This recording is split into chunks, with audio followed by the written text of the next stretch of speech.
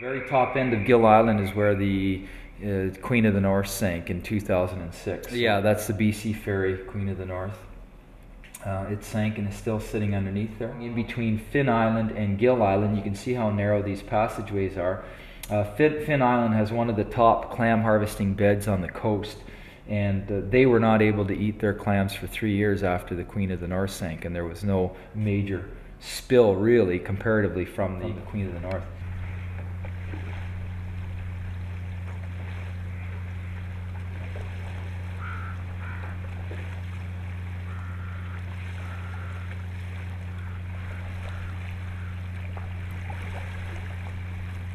I'm getting ready for a 325 kilometer paddle from Kitimat to Bella Bella starting on May 7th, and I'm paddling the proposed Enbridge oil tanker route to bring awareness to the traditional food harvesting areas of the First Nations people and to the local wildlife. So it's a paddle that I'm really excited about and really looking forward to, and it should be an incredible adventure on my stand-up paddleboard. The name of the expedition is called Stand Up for Great Bear. So I'll be standing on my paddleboard in hopes of bringing awareness to the Great Bear Rainforest and saying no to Enbridge and the oil tankers that may be on our coast.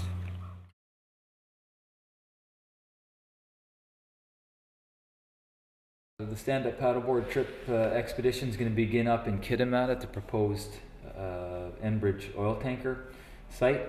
Yeah, it's going to come from the tar sands in Alberta, and it's a 1,170 kilometer long pipeline that they're proposing to build from the tar sands to Kitimat.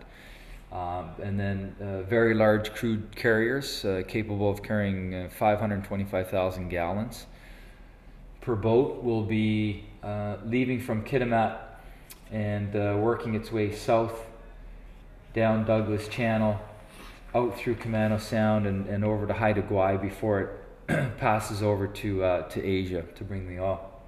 The Stand Up for Great Bear expedition will follow that proposed oil tanker route through 4 First Nations territories, beginning with the Haisla and Kitimat, and we'll be working our way south, and we'll be making a number of stops along the way at traditional food harvesting areas of the First Nations and highlighting very special areas.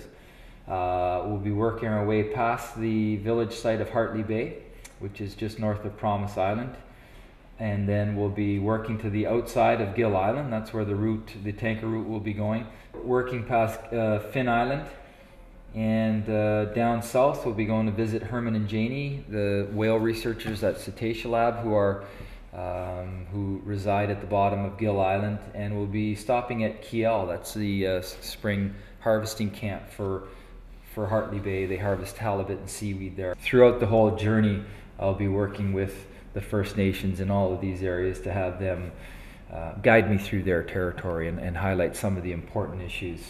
These super tankers, these very large crude carriers, which are probably going to be over 1,000 feet long and leaving from Kitimat, they have to make their way down through this very narrow channel of Douglas Channel, this long fjord, and there's a number of really sharp turns that they have to make. Just the channel itself is very narrow that they have to operate through. There was just a recent grounding of a boat called the Petersfield up on Grant Point, and we were fortunate that there was no major spill with that, but it shows you how difficult it is to get through some of these areas. It lost power, and but these big tankers will be making their way south, and once they get past Hartley Bay, they have to make a very, very sharp, almost a 90-degree turn west through Wright Sound, and this is a very tough area. The Queen of the North sank at this exact location where they'll be making that sharp turn. After they make a sharp 90-degree turn west, they've got to make another sharp 90-degree turn south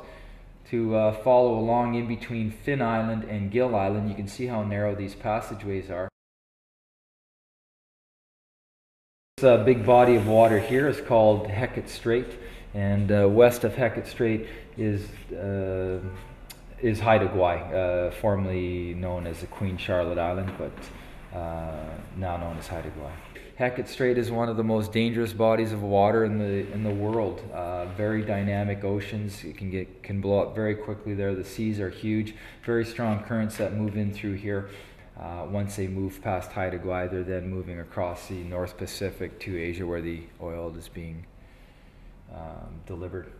You know, this coast is really inspiring people to want to do some great things, and with Ali Howard's 600-kilometer swim and my 325-kilometer paddleboard, and Alexandra walking the length of Vancouver Island, it's certainly inspiring some feats of endurance.